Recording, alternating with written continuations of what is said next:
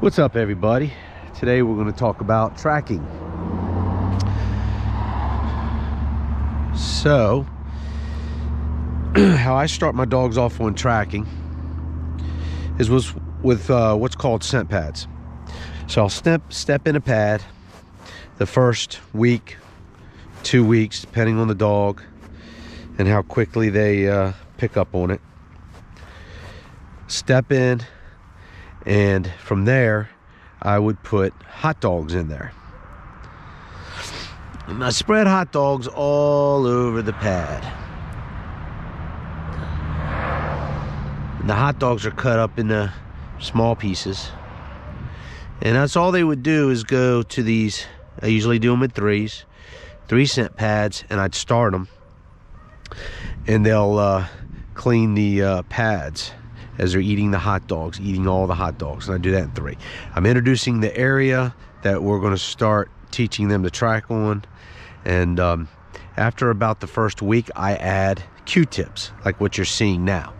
So the Q-tips have been scented in my boot, and then I hold in my hand, and I store them in a sock that I wore for a couple days. You know, I want as much of my odor on these Q-tips as possible.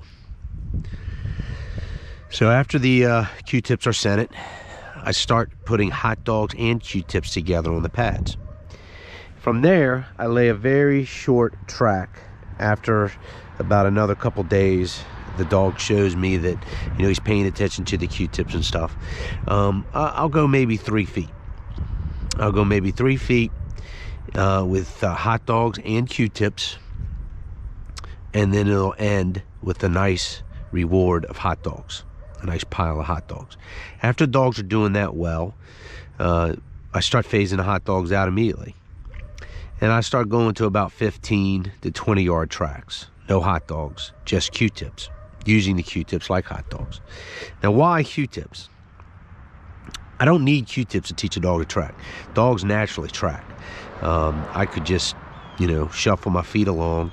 The hot dogs help show a dog and capture their attention, and keep it captured on task until we can wean the hot dogs out. And then you have your crushed vegetation and the human odor that is also on the track. The problem is in these stages, as a trainer, I want to know how much human odor is on that track. I want an amount of human odor that is measurable from point A to point B. Point A being the scent pad or the starting point. Point B being the end. That area between those 2 points, I want to control that human odor as much as I can. I know there's going to be crushed vegetation. I know sedimentation. I know rafts of skin are coming off me at a massive rate. But I also know that I can add human odor in scented objects, such as these Q-tips. It gives me a measurable amount of human odor. I know there's human odor in whatever amount I put Q-tips. I start out every 5 inches, and then we go, and then I start spreading the distances out and taking Q-tips out as the dog progresses. What I'm going to show now is a 100-yard track, and we're not, at this point, we're not going to step it in. We're just going to walk normally, and in between, we're going to drop at about 2 to 4 feet a Q-tip. We're not dragging our feet, we're just simply walking.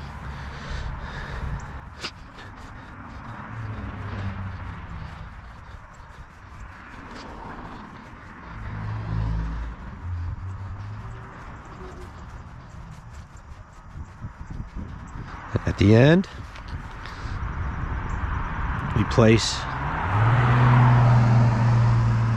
our sock, and in this case, the dog, getting him on the ball, so the ball will go right after it. We step over, and we head on back.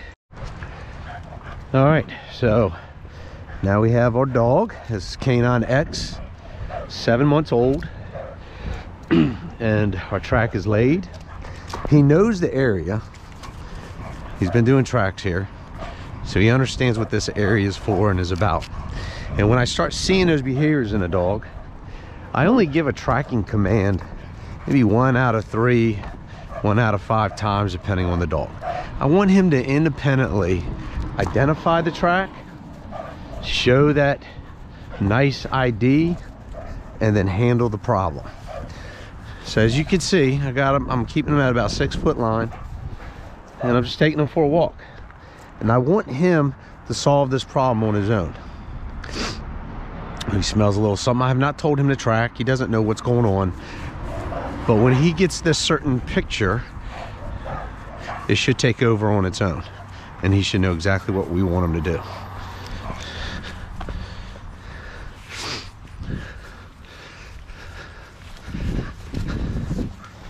This independence is extremely important for working dogs.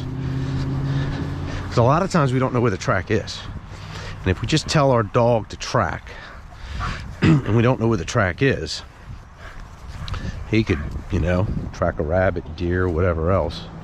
But this independence where a handler, in the end, if he is pretty sure he knows where the track is, he can give that tracking command. But if he doesn't, the dog will handle it himself. Oh yeah, oh yeah, oh yeah, oh yeah, yeah. He's used to having hot dogs at the end. We're transitioning to a ball. That's why you see that little bit of hesitation. Yeah, because he wants hot dogs. But we're transitioning him to a ball. Yes, sir. And he gets to carry the ball home. And that's basically it in a nutshell at this stage. 100-yard track, Q-tips, no food, reward at the end. And then we keep building from there. All right, so this is May, 4 months old. And we're gonna do the same thing with her as we did with the 7-month-old X. We're just taking her for a walk, and we're looking for her to identify the track and handle it on her own, independently, without any help from me. And again, if I don't see it strong enough, I will back her up and I will give her her tracking cue. But if she handles it on her own, I'm gonna stay out of the way. Our command is mainly for when we absolutely have a solid starting point, and or if a dog's distracted on the street, we can use that to really kick them in. So here we come. She does a little change and she walked back past it, but then she goes back and she handles it beautifully. Which is a really nice negative.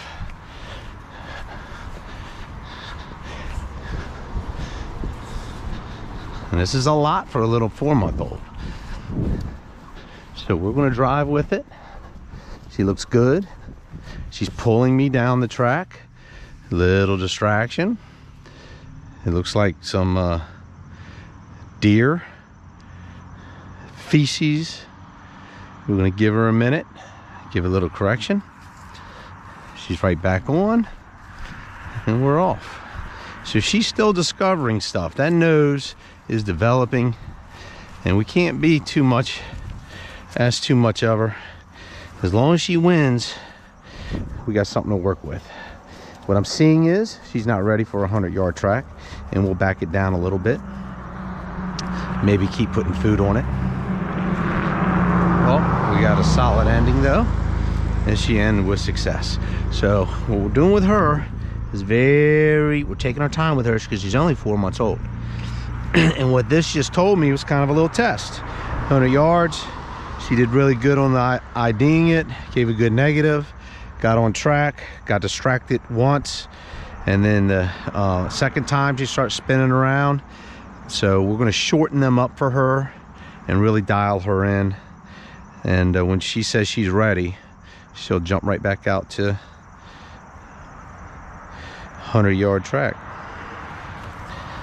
Let's she's doing really good